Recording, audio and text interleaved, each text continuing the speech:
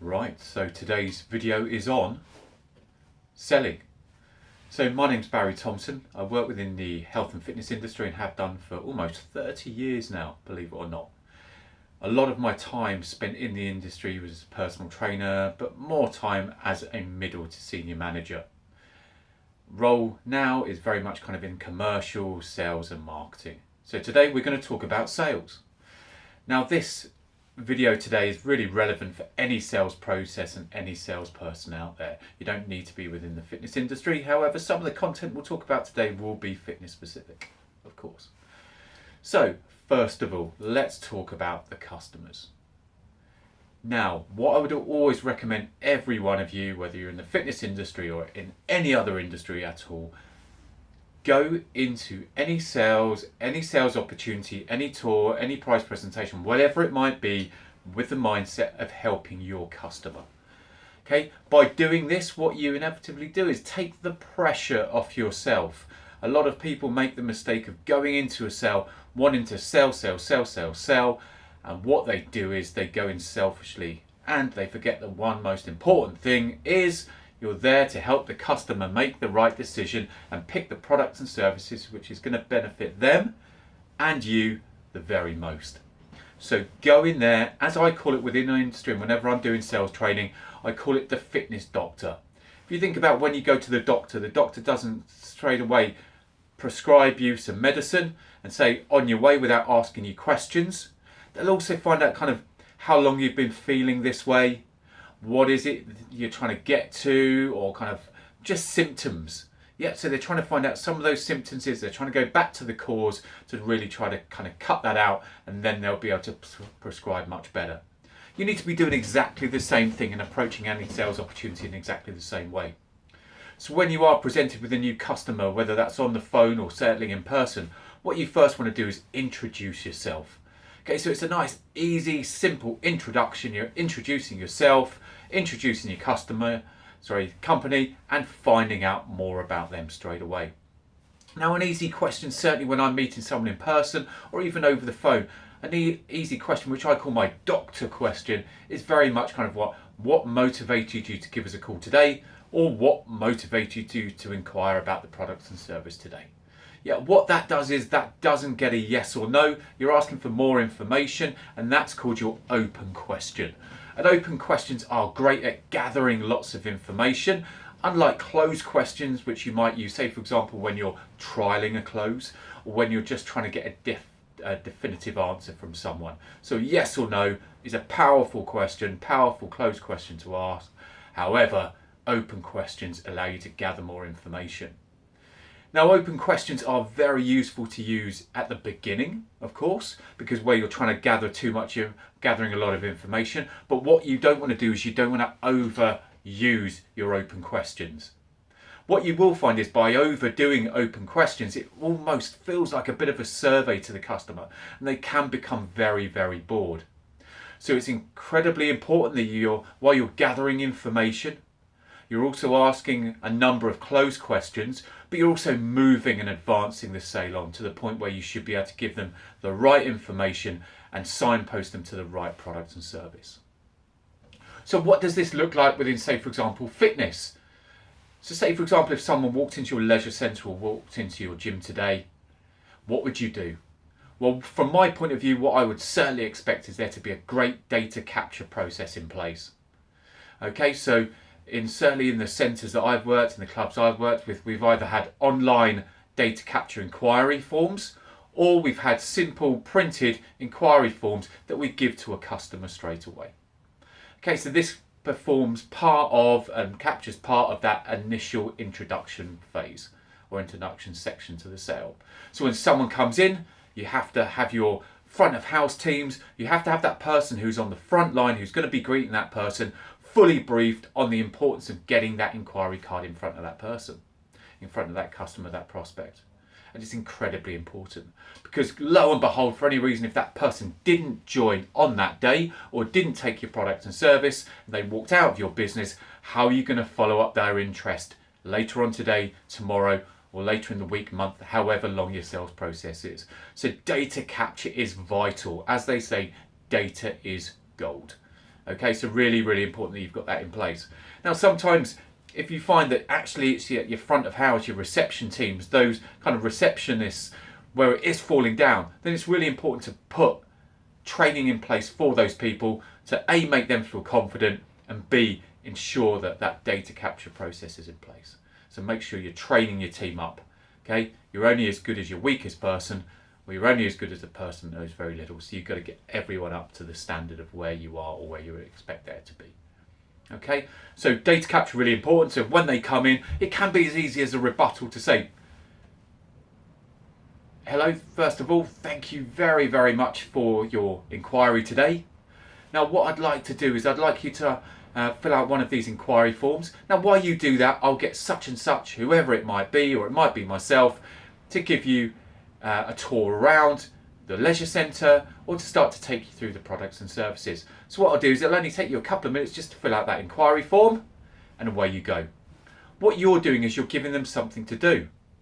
Okay? Now, if you try to justify the reason for filling that inquiry form out, that's usually where it doesn't get done or it's questioned by the customer. Do I really want to fill this out? Actually, I only want prices at this point. It's the way you've approached it. So in order to overcome that, it's nice and easy. All you need to do is simply just present the reason, present the process, and say, look, what I'd like you to do first of all, before we go through membership options, and as well as that take you on a tour around the centre and find out more information and tailor make the right membership for you, is we need some information from you.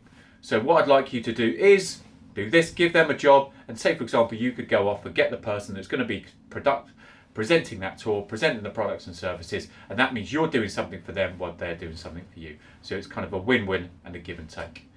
Okay, so again, that's an easy way to do it, an easy way to come over that. But as I said, data capture is important.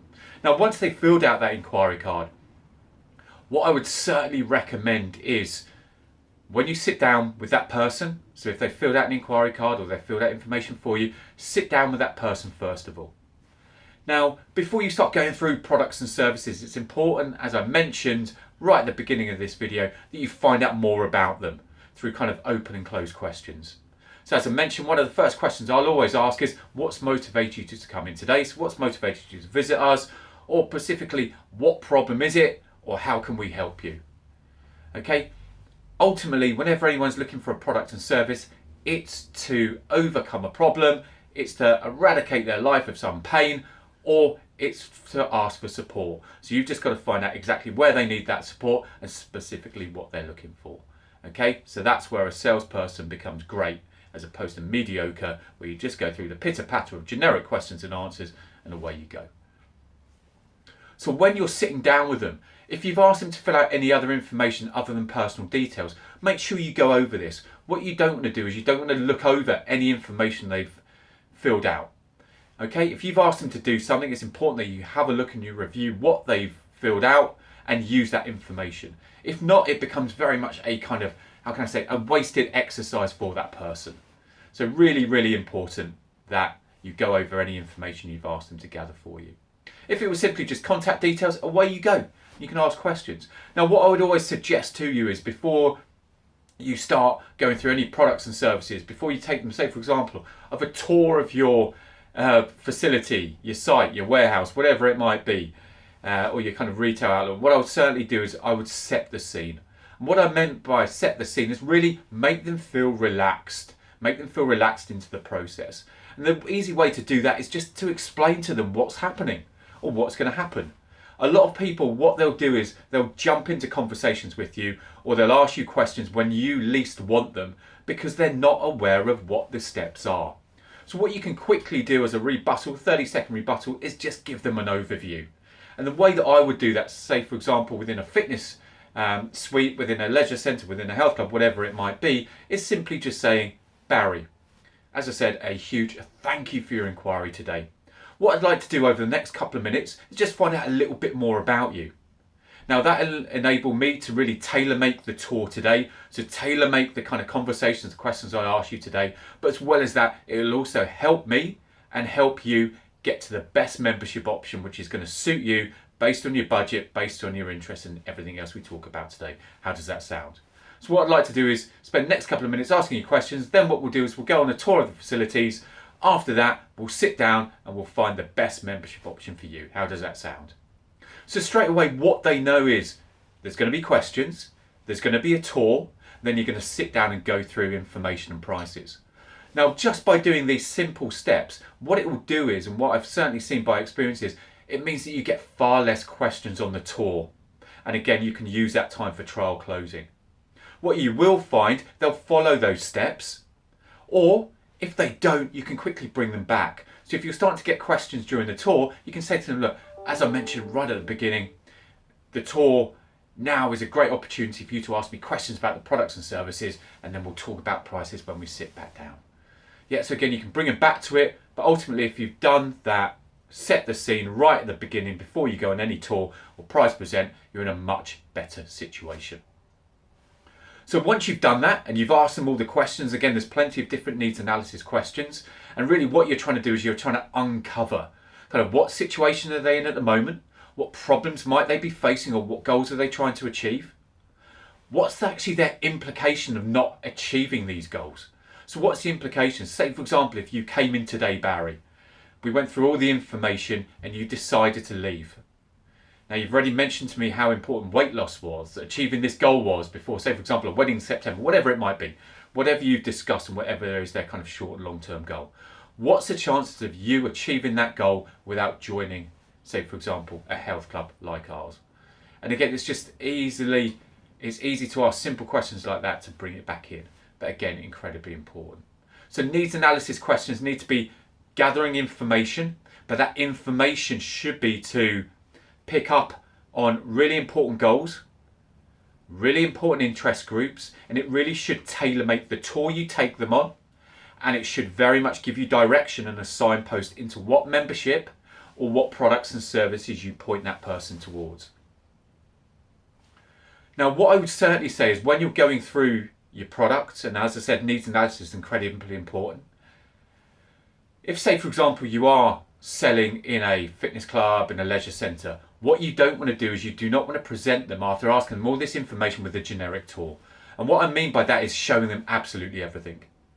Now, what you will find is, say, for example, if you're going to go on a tour for 5 minutes, or they've said that they've got 10 minutes to be able to tour, you may well spend a high proportion of that tour in areas which aren't of interest, or you believe may well be of interest. Stop second guessing. If you've done your needs analysis right, you should be able to very much tailor that tour for them. So take them to their places of interest, talk to them about how the services, the products within those facilities will help them get to their goal. Doing it that way will increase the engagement and will get more yeses when it comes to selecting the membership and asking them for the sale. You show them everything and you run the risk of boring them, but as well as that, potentially bring in other objections up in the close. Okay, so take them to what they're interested in and spend 99% of the time in those areas of interest. You can always walk past and mention other areas that you believe may well be, based on your own experience and your own expertise, of interest to them, but by all means, don't show them the pool if they can't swim. Don't show them everything else without knowing it's of interest. Yeah, so it's got to be tailor-made. Now, once you've gone on that tour, it's important you then sit down with them before you go through prices, ask them if they've got any other questions. That way you overcome any questions that you don't want during the close process. Then all you're going to do is bring together all that information you've gathered on the needs analysis, any further information and the yeses and the positives you've gathered from that tour.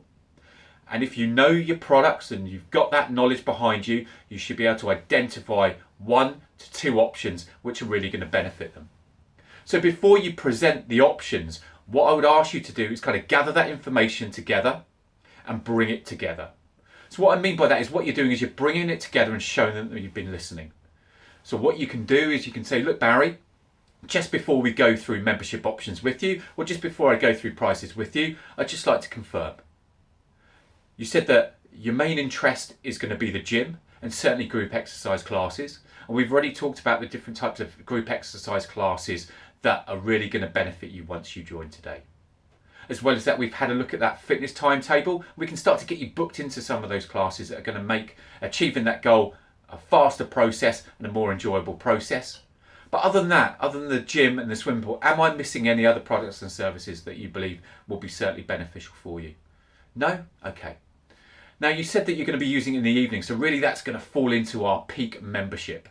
Okay, great thing about our peak membership is unlimited access. So if it's not always going to be evenings and it means you're going to be coming in on weekends or you might have the odd morning, it means that you've got unlimited access and you're not going to kind of be turned away, or you're going to have to change your routine just based on work balance and everything as well. So I think certainly that's going to be a benefit to you as well.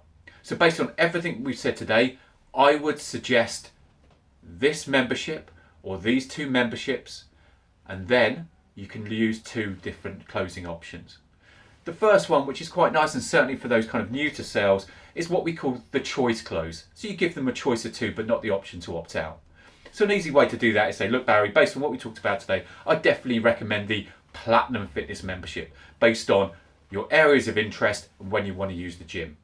The great thing is it includes that gym induction, that gym program that we've already discussed will be very beneficial for you from day one. You'll also have reviews of program, which as you know are free and included in that Platinum membership. Now we've got two types of fitness membership. The first one is an annual membership. The next one is a direct debit monthly membership. Now the great thing about the annual membership, although you're paying a higher price up front to begin with, you actually do get 2 months free. So you're actually getting 12 months for the price of 10. So it actually works out far better value than the monthly membership when you work it out that way. However, if you don't have such and such amount of money in the bank, you can have a look at the monthly membership, which only costs this amount per month. But again, you get all the benefits you would expect of the annual membership. You just don't get those 2 months free. So based on the two memberships that I've just presented to you, which one do you believe will be the benefit to you? And then from a sales pointer's point of view, this is the time where you go zoom and wait for the answer. Now, usually when you present someone with two options, they'll pick one. But it's really important that you go through and bring it all together to show you've been listening and you're the expert in the room. This will add trust into the close, so really, really important. Okay, so make sure you do that. You'll then close and go for it with a choice close, which is the two options, but not the option to opt out. You're not asking them which one might you pick, or we've got two options, which one would you prefer? Which one should we go for? Then you're asking them to pick out the two. The other one is the assumptive close, where actually you just believe based on the information that you've taken, there is one membership that stands out for you better than all the others. You do exactly the same thing, you bring it all together, but this time instead of presenting two, you say, look, based on what we've talked about today, Barry, I would certainly recommend our fitness monthly membership. Now the reason for this is, and then what you want to do is you want to present them with 2 or 3 reasons. And again, it will go back to their goals, it will be going back to that kind of needs analysis stage, the yeses, the information you've gathered on the tour, and what you know will be the best value for them.